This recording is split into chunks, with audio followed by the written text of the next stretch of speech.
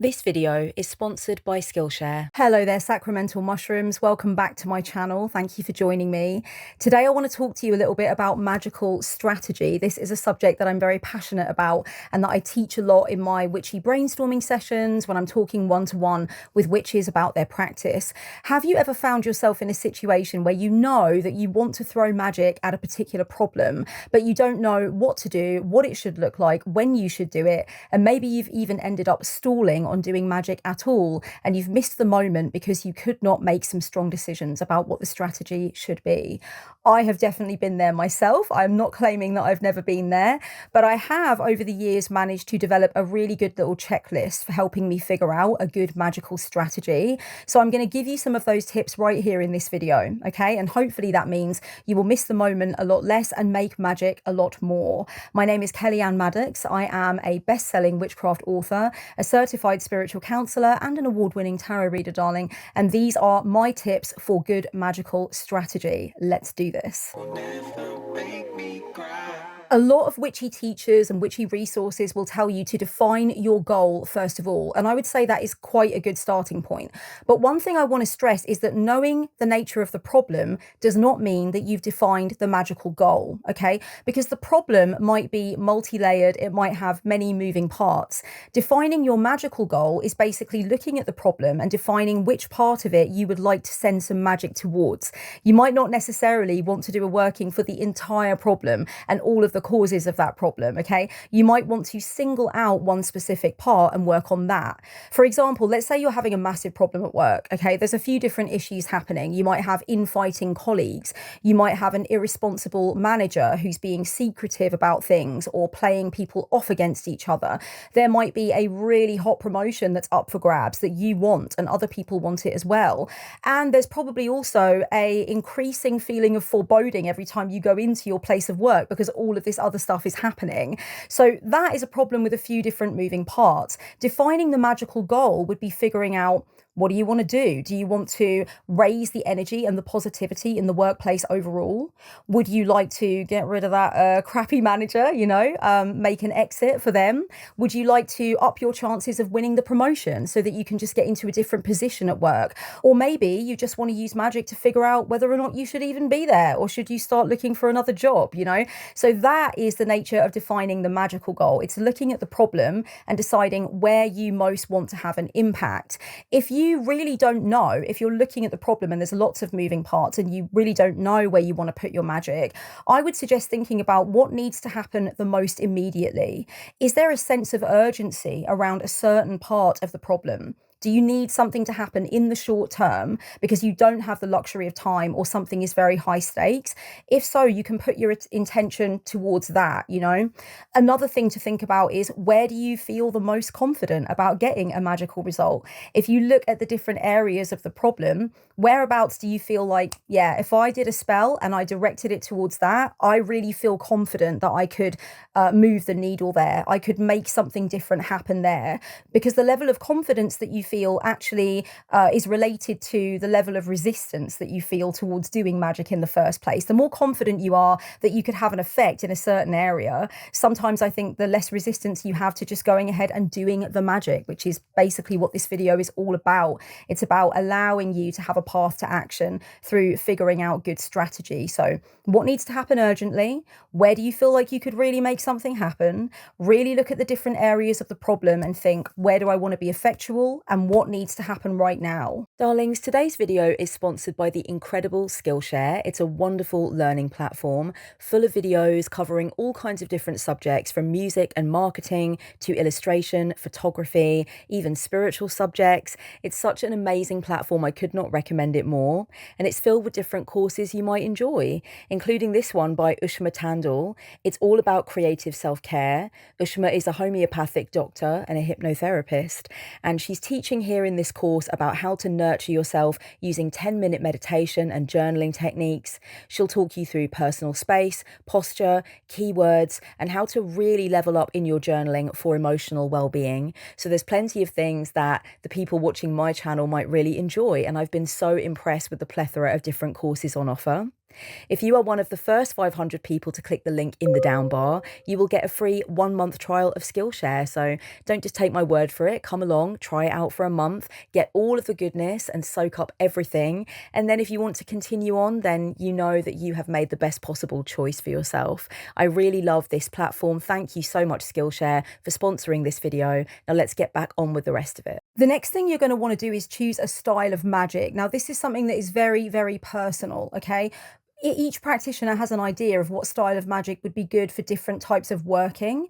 The way that I kind of split it up in my mind is into an even three, okay? Some of my workings are more about summoning something in, calling something towards me. Some of my workings are about sending something out, directing something towards something external.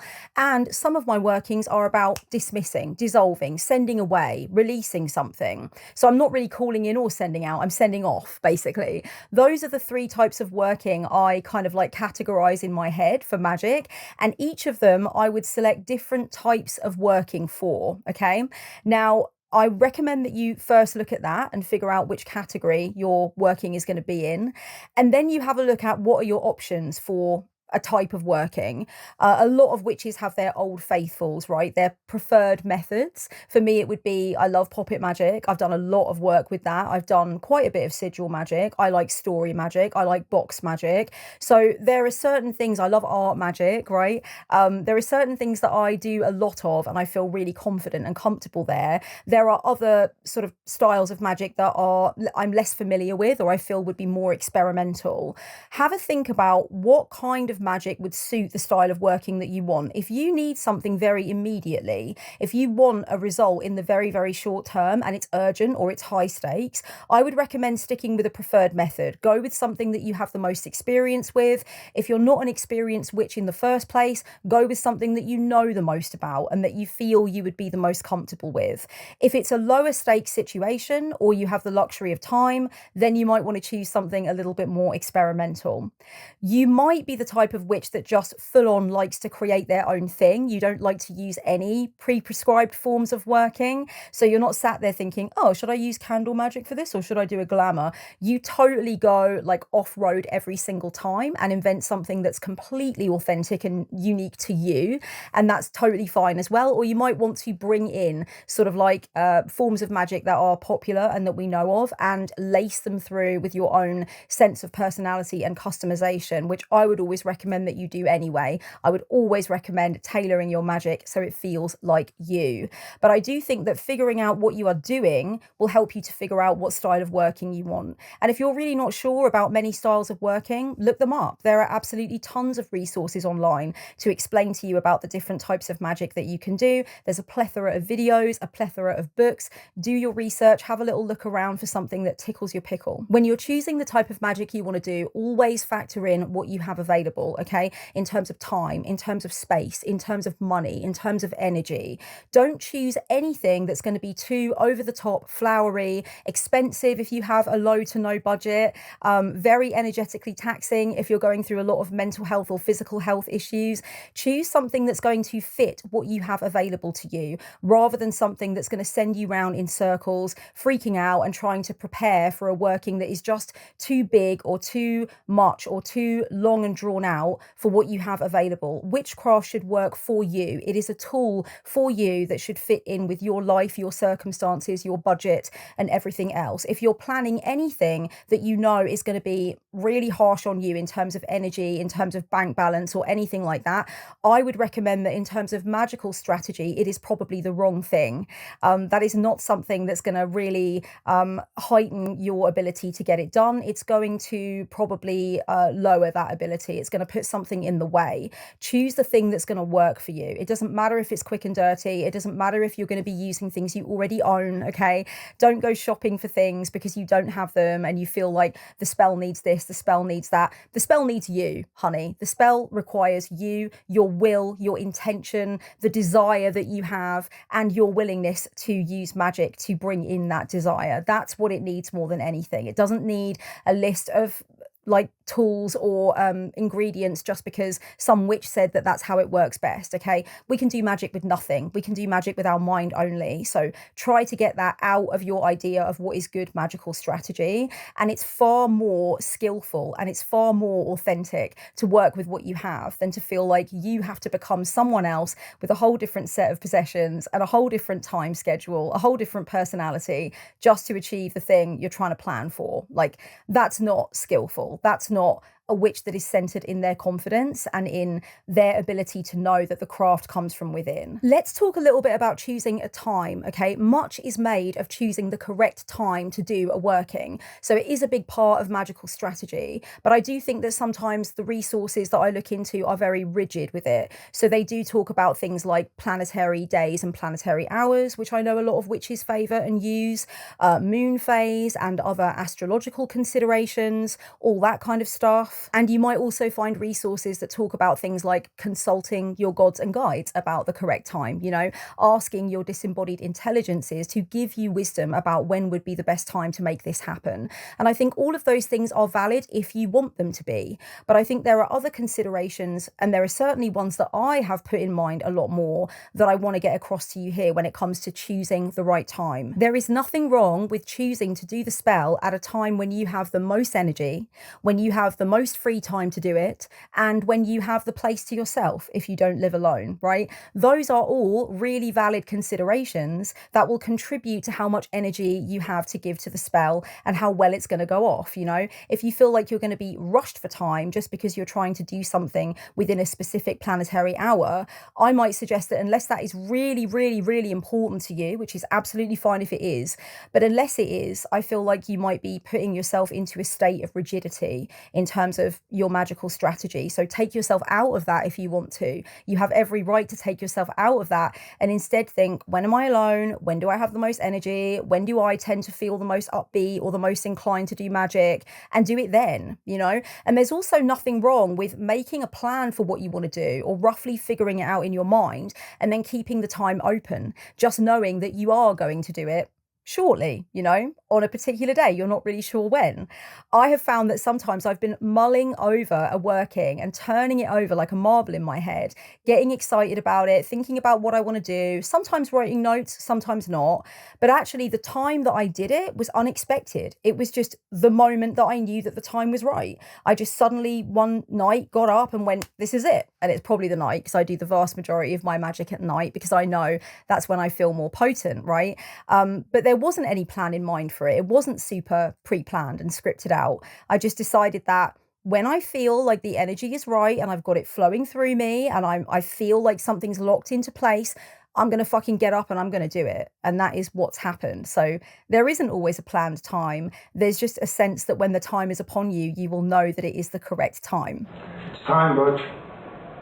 Obviously, if you are pre-planning and you're thinking about a specific time to do a working, you're going to want to think about how long the working will take. I would recommend that you include any prep that you want to do, and that might include things like, you know, cleansing the space around you before you set sacred space up. If you do that, it might include things like getting ready, actually preparing, doing a cleansing bath, doing some kind of cleansing ritual. You might want to have a full outfit going on and a makeup look. You know, you might want to get your props in order and all that kind of thing. So definitely put that into the equation. And obviously, if you're planning the time for the actual working and you want to figure out how long that will be, don't just think about the spell part of it. Think about the energy raising part of it. Think about any summoning that you do of beings and guides that you might want to invite into the process. Think about what pads around the spell, you know, and afterwards, maybe like your grounding, your centering, you know, closing up the space. How long do those things usually take? And do you want to find out ways to do them quickly? You know, for me, for example, with energy raising,